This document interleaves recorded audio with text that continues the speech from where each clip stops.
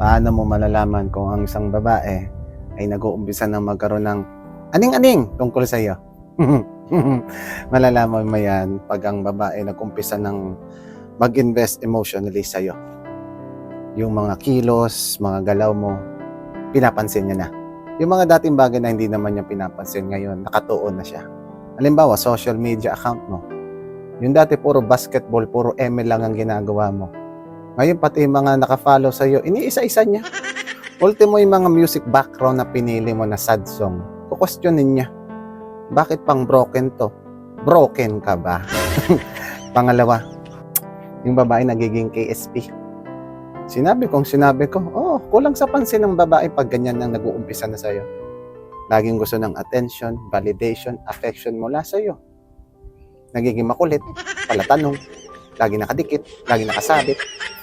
Sinong love mo? Bakit ngayon palang tumawag? Akala mo laging aagawan.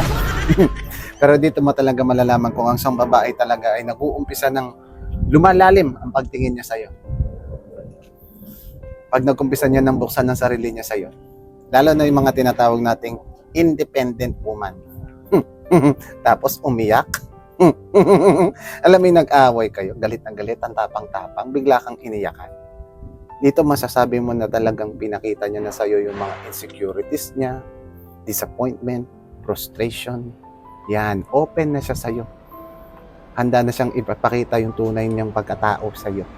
Kaya alam niyo na, pag ang babae naging abnormal na, doon pa lang alam mo na ang babae ay minamahal ka na.